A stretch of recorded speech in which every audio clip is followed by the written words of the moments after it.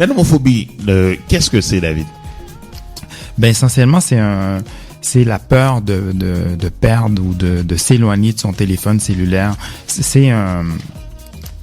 On s'entend que de plus en plus les gens vous les voyez autant en public, quand les gens marchent dans les endroits publics, ben ils sont rivés sur leur téléphone cellulaire.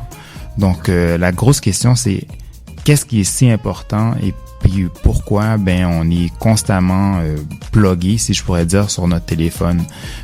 On doit répondre instantanément à des textes, on doit répondre tout de suite à des téléphones, puis jusqu'à un certain point, surtout les plus jeunes consultent leur téléphone un nombre de fois qui est assez exceptionnel. Il y a une étude de Nokia d'ailleurs à ce sujet qui est assez révélatrice.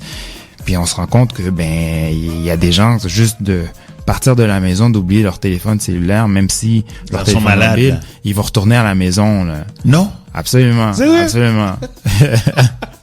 Donc, j'aimerais vraiment comprendre est-ce que toi, t'es un homophobe?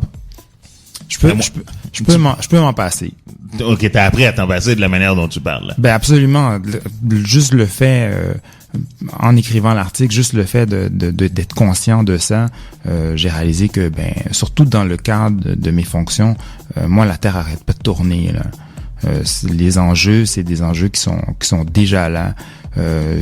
Mon intervention est moins opérationnelle, si je pourrais dire, donc que je manque un courriel ou un appel téléphonique. Toi, t'es pas pompier, là. Exactement. Pour certaines personnes, je pourrais comprendre, mais pour la majorité d'entre nous, plus que 95% des gens, là, ils sont pas pompiers, donc ils sont pas médecins, urgentologues, cardiologues spécialisés. Que si un patient très très spécial ou sinon des médecins qui opèrent le cerveau, que s'il manque un appel, quelqu'un meurt, sauf qu'on se comporte comme moi personnellement, je pense que jusqu'à un certain degré que je peux en souffrir un peu. Et le pire, c'est que je fais le lien, je regarde souvent autour de moi et je peux voir que beaucoup de gens souffrent. On en reparle, on regarde au moins de la documentation sur qu'est-ce que c'est. Je pense que c'est intéressant d'informer les gens là-dessus. On est avec David Casséus, analyste d'affaires de Wisba. On va en pause pub.